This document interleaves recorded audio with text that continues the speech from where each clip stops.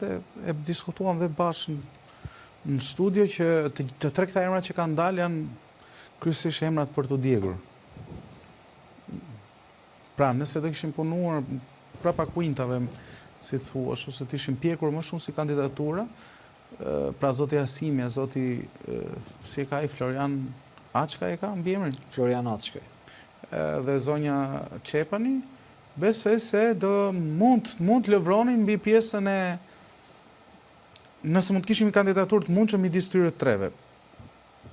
Pastaj pam disa emra të tjerë absolutisht siç ishte zonja Kalaja, që shpreh dëshirën për të kandiduar, e cila goditi dhe zotin Asime dhe zotin Çepani se ishin të lidhur me Sorosin. Goditur dhe Florian Bina. Po pra, dhe më pas goditi edhe Florian Açkajn, që ishën foto me zotin Binaj dhe zotin Lapaj, diku në Himar për të pastruar detin nga gomat në Mosgaboj, se për këtë kanë qenë zhytur atëherë, nisi pa atëherë, nëse mba mend nisi Adriatik Lapaj i fushat për pastrimin e detit dhe ishin to që dilnin fusin tani kujtojmë që Florian Binaj ka qenë tek partia Lapaj. Ka qenë po largua pa heshtje. Po mirë, dakord, po ka qenë. Unë besoj se kjo është një zgjedhje e zgjuar. Pse është zgjedhje e zgjuar? Se e para njerë që Partia Demokratike zgjodhin kandidata politik.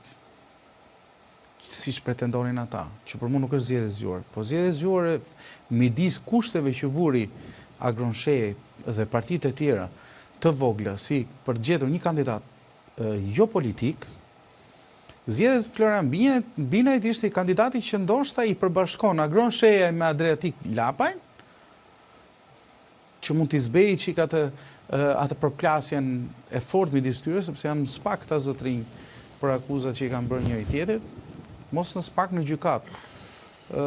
Dhe zoti Binaj, kujtojmë, është punojës tek Piranjat në Syri TV. Besoj se është kandidaturë që del jo vetëm pra zoti Binaj punon tek televizioni i si i thënë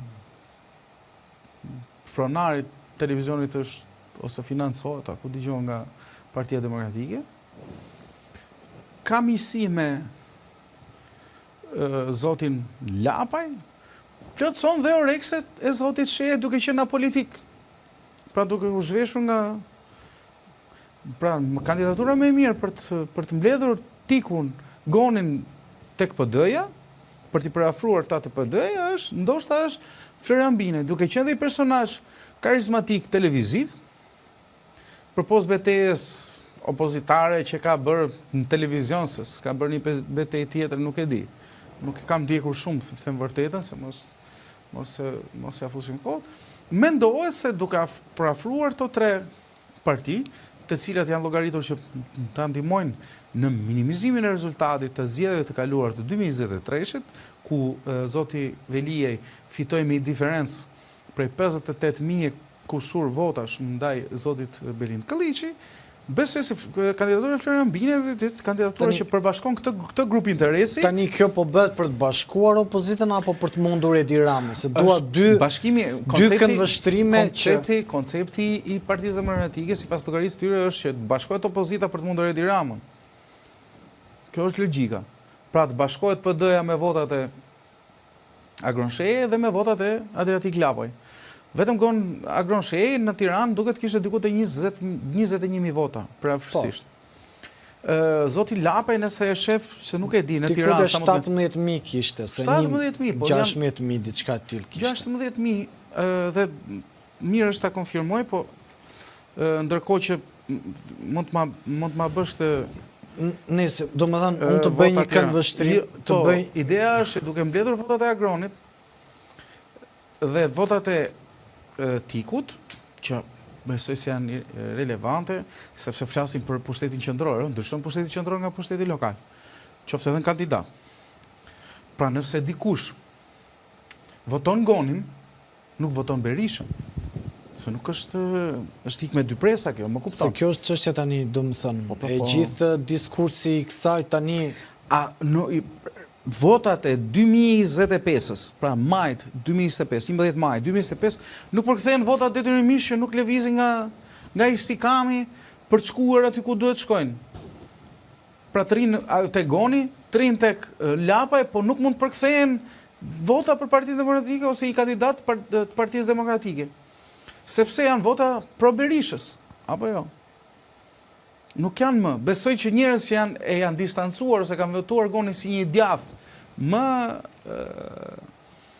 garuese, me demokraci të brendshme më të solide, ose një djath që shkëputet nga e kaluara e Partisë Demokratike, Goni ose këto zgjedhjet kandidati i Partisë Demokratike i kthen prapa ktheu si thuash tek variantet që ata e votuan ose nuk i votuan, nuk e mbështetën.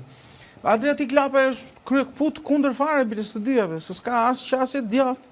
Adriatiku është kapçat si thuash, në kontekstin që nuk është quar si as me Ramën, as me Berishën. Por besoj që duke u bashkuar të tre faktorët, që janë faktorët kryesorë po flas, se ishte mirë të ishte edhe zoti Dashej me Ngeleta Liben, po aq vota se kanë, se ato janë votat pastra djathtë. 5.000, po nuk janë pak. Kujtojmë që Lul Basha, kur e fitoi Bashkinë e Tiranës, e fitoi me votat e Partisë Komuniste të Marko Dajtit, mos gaboj atëherë, nuk e di, ose ka qenë ky tjetri. Se nuk më kujtohet tani për momentin, po plus çfarë bën pastaj më mbrapa, po flas që 1450 vota i dhan fitoren atëherë Lulzim Bashës. Bën diferencë të madhe, kështu që edhe votat e Dashejit janë të rëndësishme, edhe votat e Euroatlantikëve që nuk e di sa vota kanë. Sa kishin 9800 në Tiranë, në Tiranë 9800. Po. Janë goxha. Se zoti Dashej nuk e di sa kishte në Tiranë, më thonë, mund të kem pasur votë 5000 ca kishte zoti Dashej në Tiranë. Në Tiranë. Në Tiranë. Pra Shej me Alibej. Po, Shej me Alibej. Tani po të marrim gjithë këto faktorët, sikur edhe nëse nuk bie dakord Shej, po element të Partisë të Euroatlantikëve ose të zotit Shej të bashkohen me opozitën, besoj se rezultati 2023-shit do jetë më i ngushtë. Ka një sfidë shumë të madhe sot, Ermal, që duhet kuptojmë neve.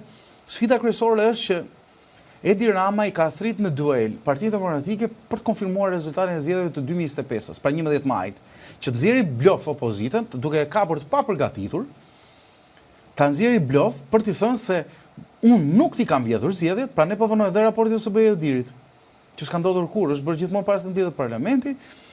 Unë nuk i kam bërë zgjedhjet, nuk i kam vjedhur më saktë zgjedhjet, dhe Rama nëse kap rezultatin e 2023-shit rikonfirmon si thuash e përsinë e tij ndaj Partisë Demokratike, nëse nuk luan rezultati, sepse me arrestimin e Rion Veliet, me arrestimin e drejtorëve PSD që këta i quajnë si bankomati i blerjes së votave, besoj se në këtë rast i mungon bankomati.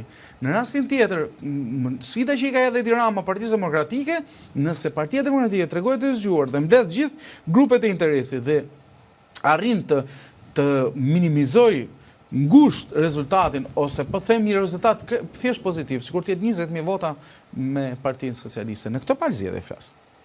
Sepse për një vit e gjysmë kemi zgjedhjet e tjera.